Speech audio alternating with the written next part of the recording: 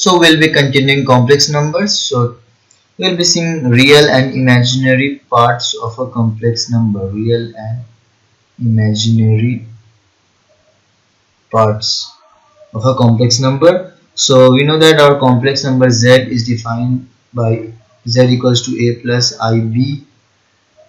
A comma b are real, or suppose consideration only a we take as real and this as a whole term we take as complex part. So, or the imaginary part.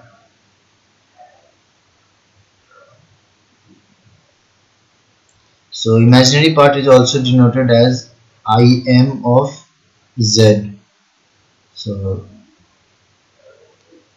and the real part is denoted by re of z. So I will show you some examples. So example, suppose we have z equals to 2 plus 3i. So we can say that re of z, that is equals to 2, and im of z, that is equals to what? 3. So the real of z is 2 and the imaginary is 3, and there are something known as purely real and purely imaginary. Suppose we have something like z equals to 7, anything. So this is known as purely real because it does not have any imaginary part, because we cannot see that.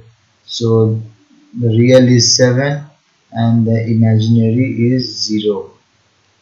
And there is something known as purely imaginary. Suppose what, 3i if we have, so purely imaginary. So here real of z is 0 and the imaginary of z is -3. So we'll see one more thing. So equality of two complex numbers. Equality of two complex numbers. So two complex numbers, suppose we are assuming z1, that is equals to a1 plus iota times b1, and z2 is another complex number, a2 plus iota times b2. So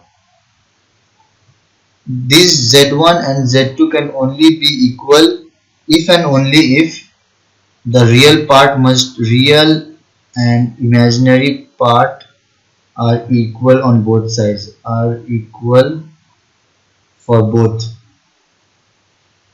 That is, for this case a1 must be equals to a2, and one more thing, and b1 must be equals to b2.